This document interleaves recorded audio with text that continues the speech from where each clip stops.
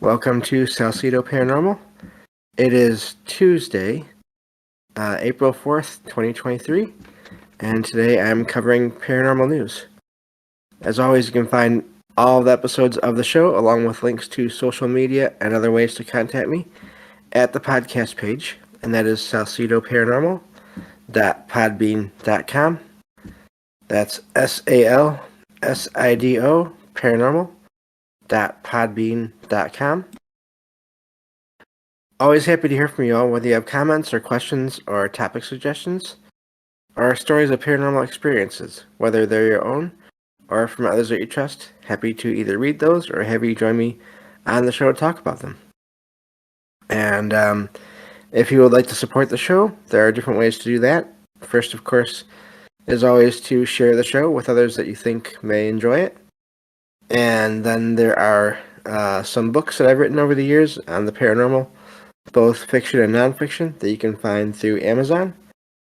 And then other donation links. And all those can be found in a pinned post in this Discord channel, and then also in every episode description now as well. So, never expected, but always appreciated. All your support is just always, I'm always grateful for whatever you all are able to do. So, thank you all for being here. I see you all there in the stream, and also thank you all for listening on the other platforms, which is, of course, the podcast platforms and YouTube, and then, of course, as I mentioned last night, coming soon to online radio station near you, specifically the Troubled Minds Radio Network, KUAP, digital broadcasting. So coming soon to that as well. So really looking forward to that. That will be rebroadcasting basically, or airing the shows after they've already been recorded. So, and I'll let you all know when that starts, and we'll go from there. So I've already included all the articles that I'm going to talk about in the channel here, and of course I will include the links to those articles in the episode description as well, and we'll get through as many as we can. So I think that covers everything. So let's get to these articles. These first few are from the last news show that I didn't get to, so we'll get through these first and go from there. Oops, let me see here. There we go. This first one is from WHSV.com, and this one reads, "The Miller Kite House in Elkton is said to be haunted. WHSV investigated." So, and this is from, this is talking about Elkton, Virginia, and it's a media outlet. And so this house is in Elkton, this Miller Kite House, and mentions that it's seen a lot of history, and a lot of people say that the place is haunted. So the station decided to check into things, and they were invited to attend a paranormal event at the museum, which is a house, but it's also a museum now, apparently. And so let's see here. Getting into the details about the house. One of the people that was in charge of this event was their first name was Sherry, I think. And let's see here. And then Donald. Apparently, there's the groups that run and then also investigate the house. So Sherry apparently is one of the directors of the Elkton Historical Society, and so she helps run events at this house. And apparently this was a private residence, of course, for a long time. And during the Civil War, it was a stronghold for General Stonewall Jackson and his troops. So that she explained. And the house, excuse me, has changed owners several times throughout throughout history, of course, and eventually it was given to the town of Elkton to preserve. So, but you find that with a lot of these historic places, where they, especially the larger ones, where they can't be, the upkeep on them is just too much for some people to deal with financially and just in terms of the amount of time and effort it would take to do that. So apparently there are several chances.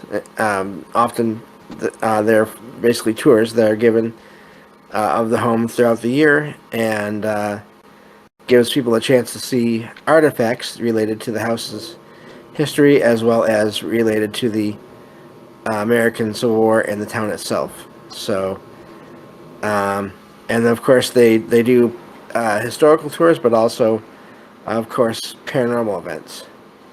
So, and what I like about this is the paranormal events that are held there. They keep the group small, and I really like that because the thing that can happen, the more people you have in a small space at a time, I guess the best way to say it is the more chances you have of sort of false evidence or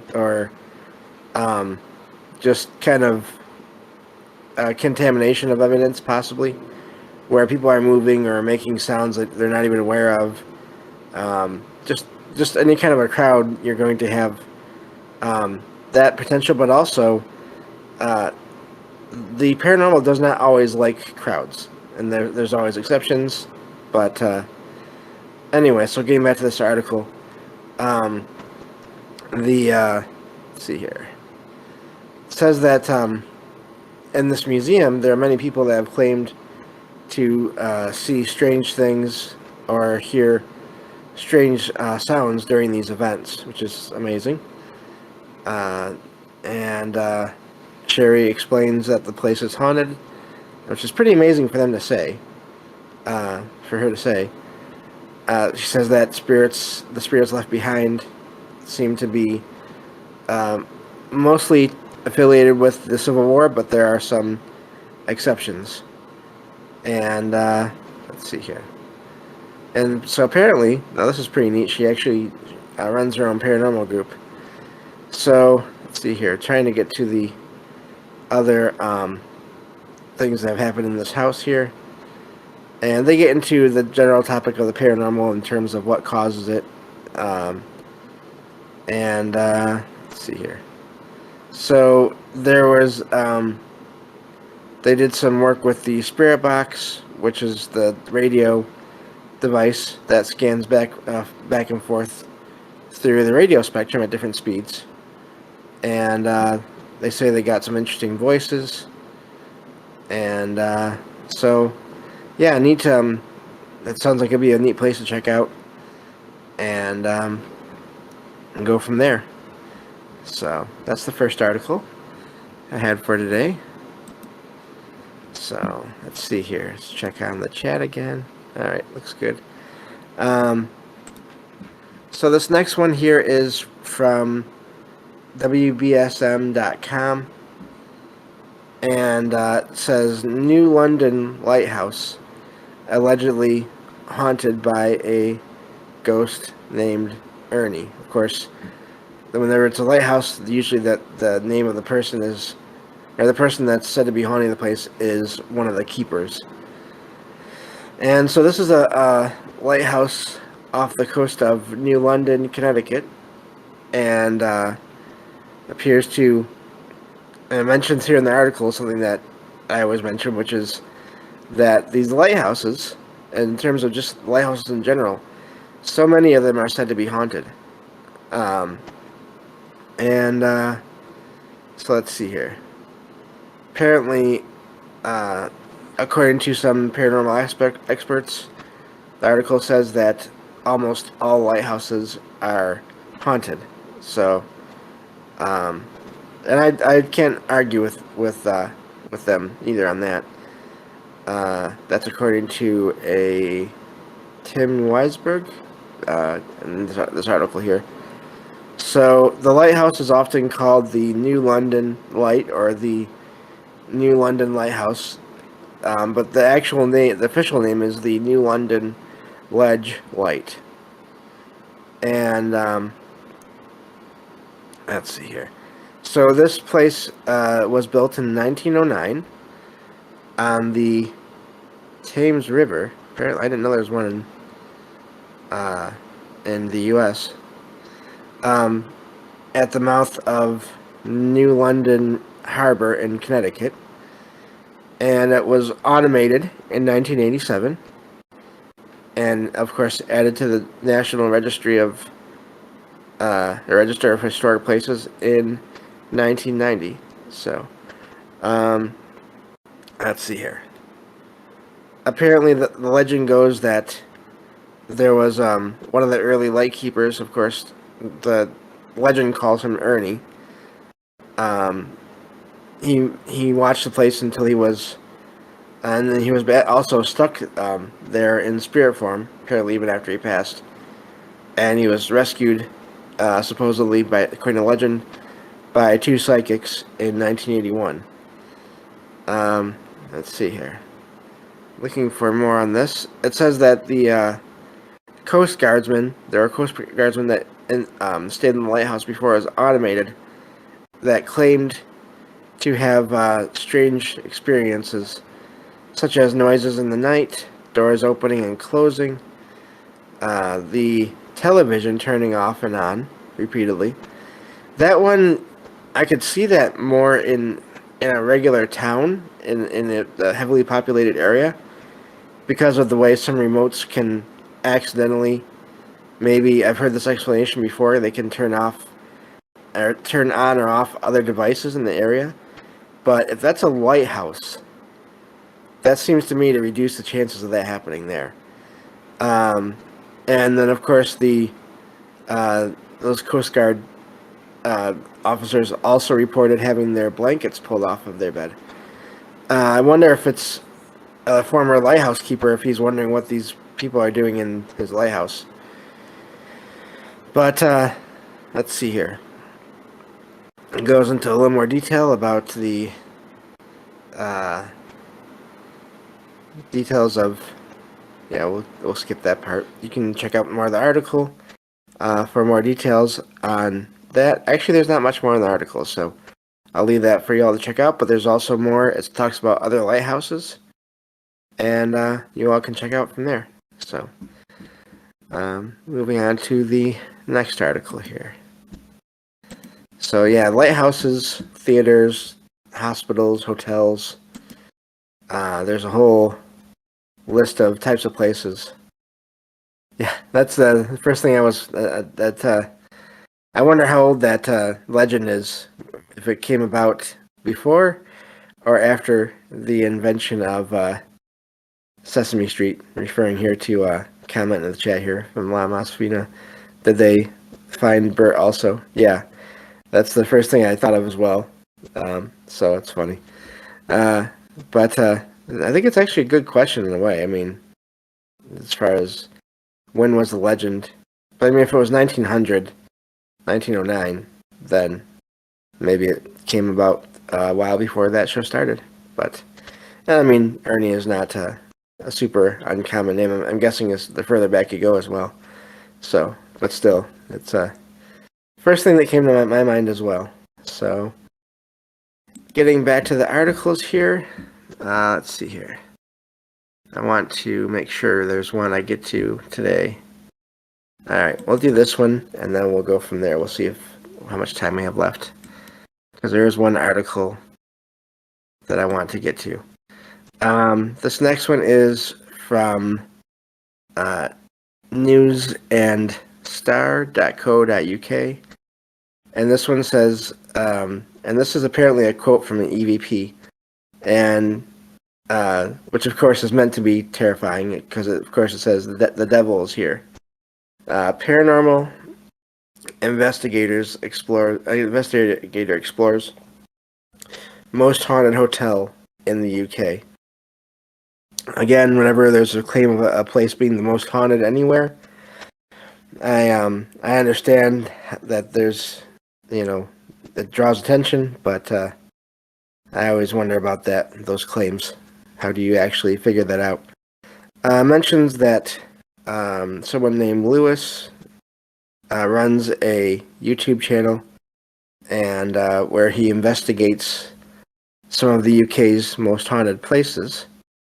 And recently he went to this Adelphi Hotel, Adelphi Hotel, which has an infamous history, it says, and is the site of many ghost walks and tours. So, Lewis and his partner, Fran, it says, decided to investigate the place. He said that, of course, with hotels, there have been many deaths over the years in the place, and so that's why they decided to check it out. And that is unfortunately true with hotels. You know, the longer they've been around, the more chances there are of someone passing away or dying under sometimes normal, mundane circumstances, sometimes less normal. But it says that people have reported getting sick on the third floor. That's not so good. And seeing spirits and shadows at the end of the bed. And let's see here.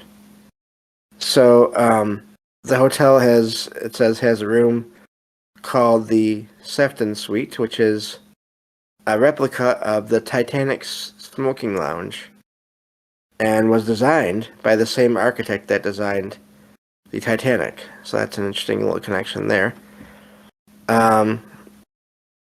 So the investigation started in their own room, and let's see here. So, looking at the article here, there's they used recording devices and to try to get voices.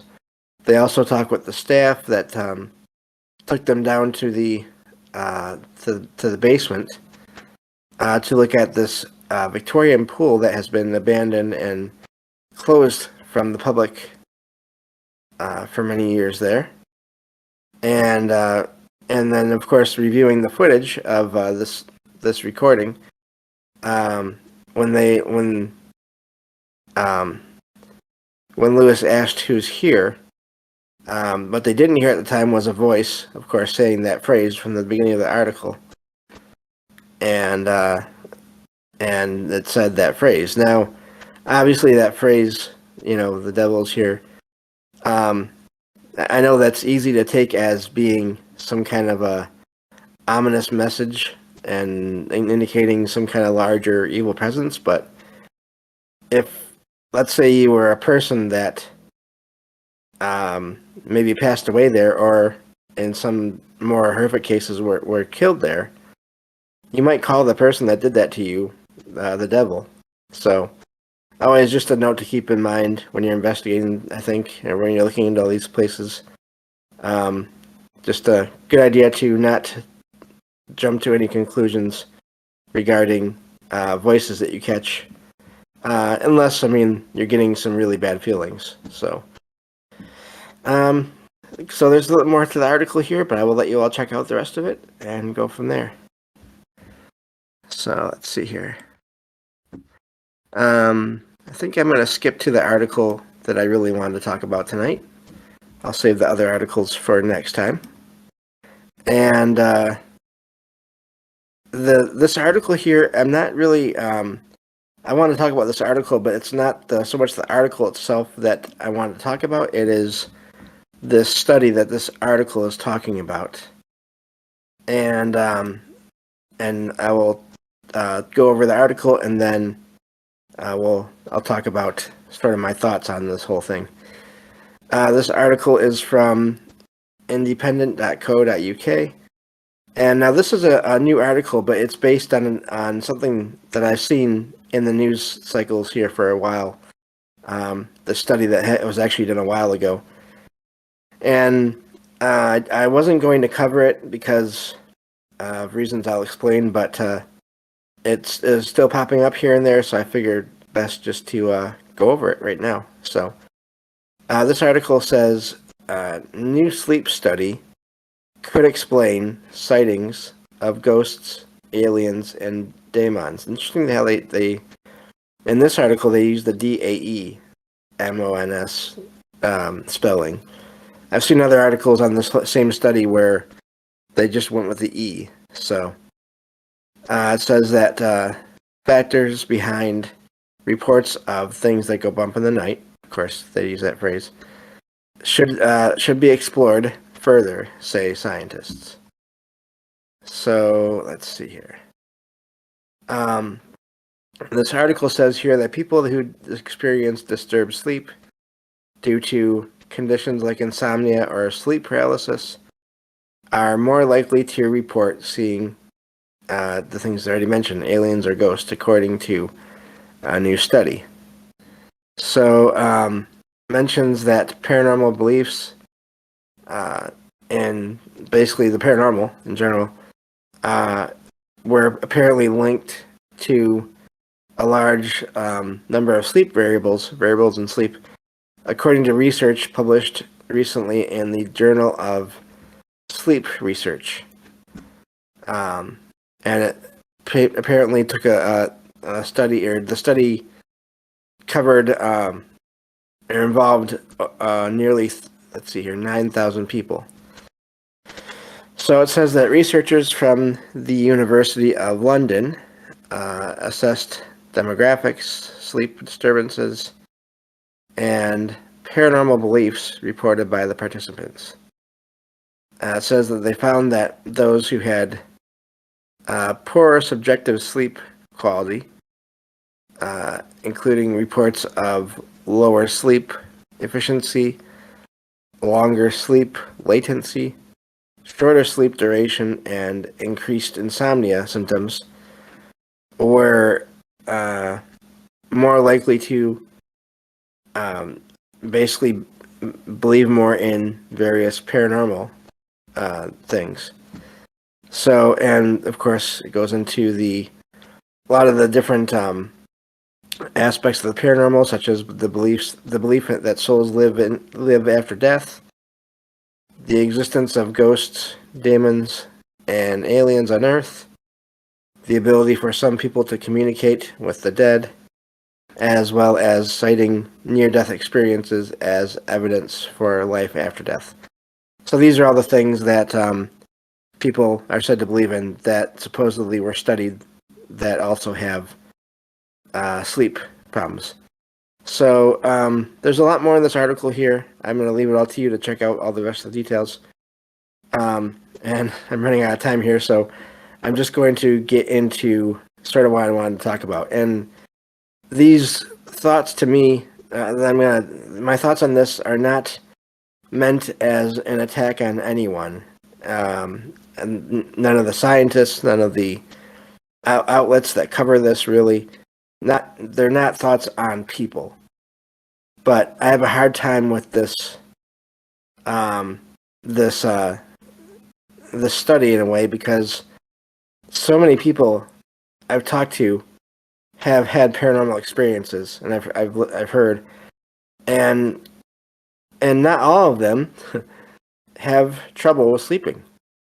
And then you have the cases where people have experiences, either one experience ever, or one or two, and then you have people that have experiences constantly.